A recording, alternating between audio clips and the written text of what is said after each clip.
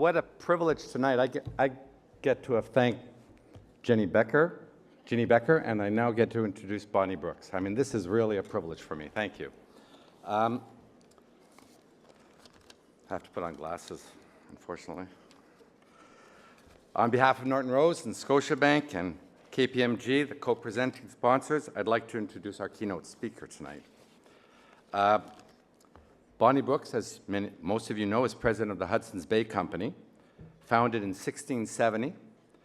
It was called, I think at the time, the Governors and Company of Adventurers of English Traders in the Hudson's Bay. I'd like to change my firm name to Norton Rose Adventurers. Hudson's Bay is the world's oldest continuously operating company. And just to add another icon to its network, Lord & Taylor became part, Lord & Taylor, which was founded in 1826, and at the time it advertised itself as selling hosiery, Mrs. Wear, and elegant cashmere shawls. Lord & Taylor, an icon of the US, taken over by Hudson's Bay, an icon of Canada. I think we're all very proud. And this combined two great companies. Prior to becoming president of the combined companies, Ms. Brooks had served as president and CEO of the Bay since September of 2008. Prior to that, she spearheaded the revitalization of Asia's Lane Crawford, bringing many of the world's leading brands into Greater China and Southeast Asia. Bonnie, we do have offices in those areas. She served as Executive Vice President, General Merchandise Manager, and Senior VP of Marketing for Holt Renfrew. And she's also been the editor-in-chief of Flair magazine. Bonnie has been recognized on the top 20, as one of the top 25 retailers worldwide by Monocle magazine, and was named by Fast Company magazine as one of the world's 100 most creative people in business.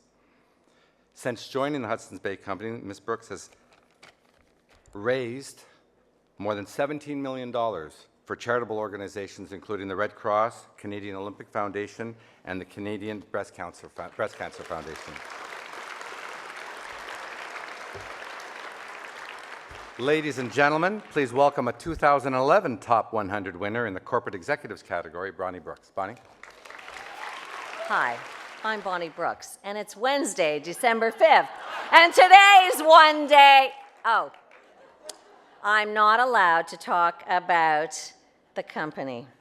We were given a very long list of instructions, very strict instructions for speaking tonight that said we couldn't sell anything. And since I normally talk about the Hudson's Bay Company, thank you, the oldest continually operating company in the world, I was forced to think of some other stories. So I'm going to start my first story in 2001 in Hong Kong. I had just returned from Fashion Week in New York in September during 9/11. Jeannie will remember this well. She's sitting beside me tonight. We've also been friends for 30 years. But Jeannie and I were in New York together at 9/11, and we actually hitched a ride with somebody else back to Canada on the 12th. But anyway, I got back to Hong Kong, and still reeling from the shock of it all, I received a call from my boss, a very influential Chinese businessman, in fact, my owner, very consistently every year in the top 40 of Forbes' wealthiest people in the world. He said, "I have a daughter in Boston who has just graduated from Wellesley, and if I could convince her to come back to Hong Kong for 6 months, could she be your shadow?" Be my shadow? Are you kidding me? My first thought was, of course, terror. But before I knew what to say, I had already blurted out, sure. So the next 7 years went by in a flash. Not only did she shadow me, but I learned the art of mentoring. I developed a program for her of not just what she could learn from me, but we brought in experts to build actual learning programs and case studies on strategy, on finance, on organizational behavior, on really every key management discipline. A sort of retail in-house fashion mini MBA. And she blossomed from a student with absolutely no interest in fashion to a department store president featured in the first pages of the inaugural China Vogue magazine issue as a stunning entrepreneur. That was amazing. She actually became the president of Lane Crawford, and when that happened, I became the president of our group of companies, and we spun off 4 divisions out of the main department store business into 500 stores with 50 brands that we managed, that we brought into China for franchise and distribution. And we bought another public company during that time. But 3 months ago, in September, she was married at a very posh wedding ceremony in London. And the reception was at Claridge's. And during the reception speeches, her father surprised me with a special acknowledgement. And Jennifer and her new husband presented me with a tea ceremony. It's a Chinese tradition of serving tea. It's reserved for only a mother or a teacher. And I was overwhelmed, as you can imagine. I haven't worked with her for 4 years, so it was very unexpected and very emotional. And it made me reflect on all that I had taught her, and I realized that actually she taught me much more than I ever taught her. A student and a mentor on the same journey discover new paths for each other. It's hard for me to put into exact words, but for those of you who know what I'm talking about, you know the learnings and the joy mentoring can bring. And if you want to know, I urge you to get out there and seek the opportunity to give your time to someone at some time in your life. On to my next story. Possibly many of you are now or have been at some time in your career in marketing and sales. I certainly have, and I'm glad for that experience because throughout life, you will likely find yourself buying or selling something. Several years ago, I was fortunate to be at a session where we were asked to create a marketing plan for our own life. And I found it actually forced me to sit down and think about my own life outcome in the same way that I would actually strategize a company marketing plan and desired outcome. In other words, it forced me to write the story, my personal dream, and how it would read in 5 years down the road. What would the newspaper story be?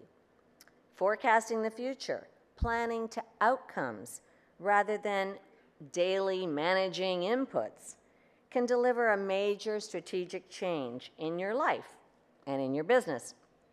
I love doing this in companies. We did it at the Bay with our most senior executive team members. We were mapping out our vision for what success would look like down the road in 5 years at the Bay, and this is 4 years ago. And each executive took time on their own to write out what their interview would read. Some of them picked Women's Wear Daily, some of them picked the Toronto Star, some picked the Wall Street Journal. But what would the interview read in 5 years on their success and the success of the Bay? And when they each actually read their articles aloud to us, they were amazing. Listening to each of them was fantastic and far more interesting than the story I would have written for all of us. So my advice is do it tonight. When you get home, write your own story. Take a full page with all the details that you visualized for your life in 5 years. What's the story you're going to tell? And you're likely going to surprise yourself with what you'll write. Some people find entirely new paths, and these paths take them where their hearts want to go, not where their head may be going. Listening to our hearts and not only our heads is another story. In Asia, I found myself immersed in the land of New Age thinking. I was there for 11 years, and I set about studying new philosophies. I had the benefit of terrific encounters with teachers and leaders, even the Dalai Lama. And one of the lessons I learned, and I hope my teachers will forgive me for simplifying it here, is that our general pattern in life is to operate in either one of two ways: through listening to our hearts or overly influenced by our heads. When we listen to our head, it's usually our ego that we're hearing. It's the ego who cares about status and position and money and power and jealousy and financial gain. And when we listen to our hearts, we're operating out of a real honesty, a passion for ourselves and a passion for others. And we exhibit a natural joie de vivre. Our pursuit to balance these two is, of course, life's challenge. And it's believed that the journey from the head to the heart, how apropos, is the shortest journey physically, but takes a lifetime to achieve and to learn how to get there. And so when all around you is not clear or is fuzzy and you feel anxious and troubled, it's a good time to sit down with yourself and ask why you're behaving in a way that you don't really wish to. Is it because your head and your heart are not in sync? Is it because your ego is stepping in the way of your passion? Women, in fact, twice more often than men, don't stay in jobs where we are only satisfying our heads and not our hearts.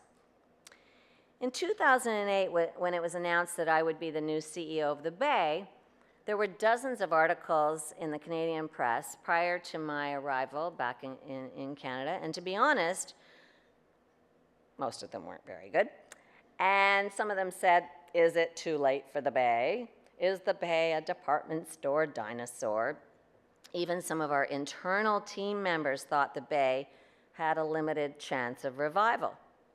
But there was one article that struck me as the most profound, not because of the writer, but because of the blogger comments on it. I was in Hong Kong reading the Globe online, and at the end of the story, the comment was from a reader who was a little negative on the Bay's future, and he said, I think it was a he, might not have been,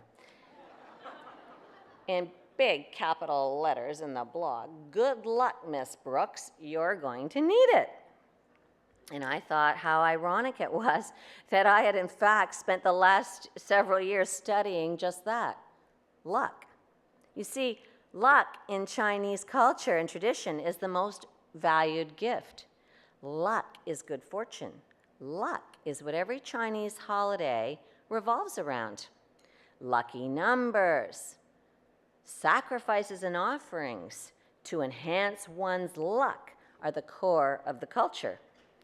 The karmic circle of the Eastern philosophy involves sending out positive mind force to receive positive karma in return. Almost every ancient civilization served offerings to improve their luck. Romans worshiped the Greek goddess Fortuna thousands of years ago.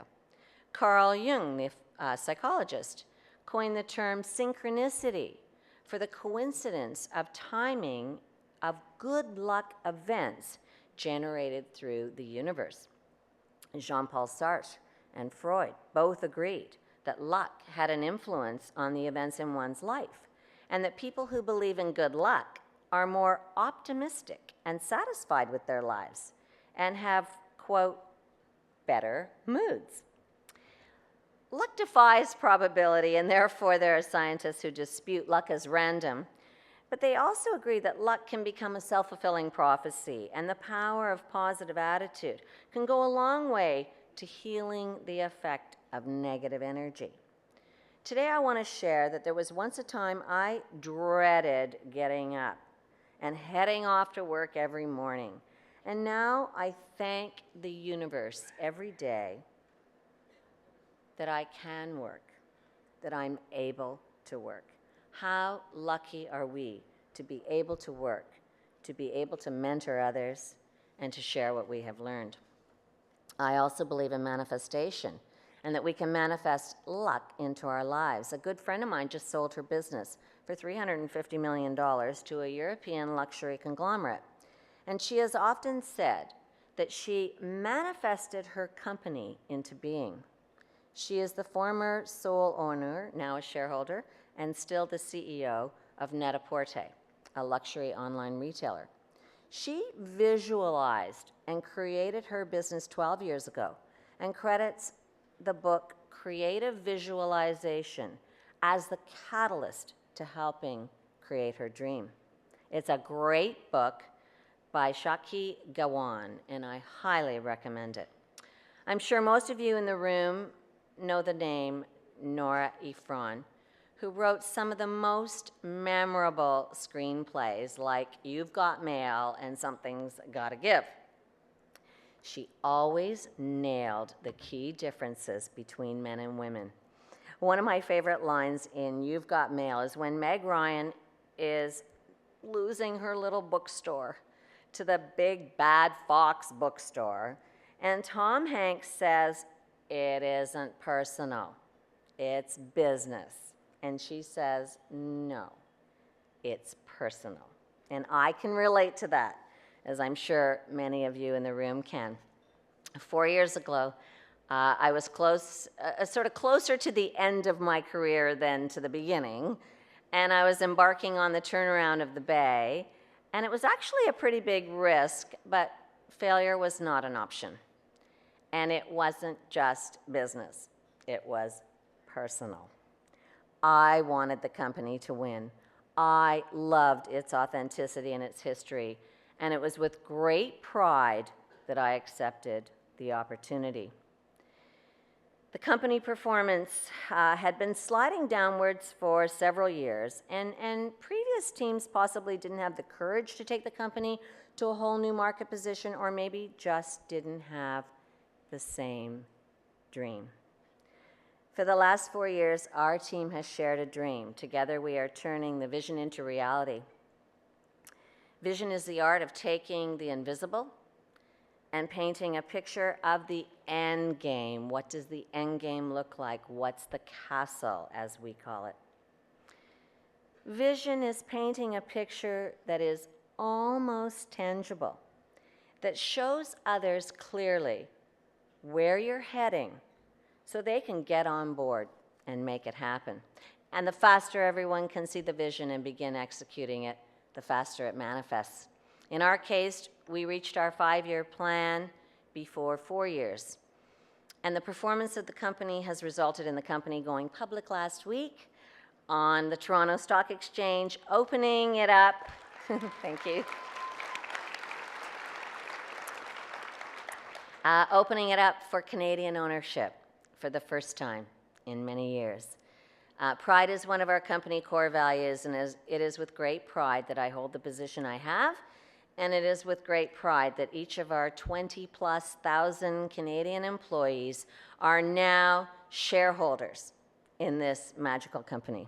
So leadership and mentorship are a privilege, and we must always remember what Mahatma Gandhi said, my favorite line: "If it's to be, it's up to me." Thank you very much.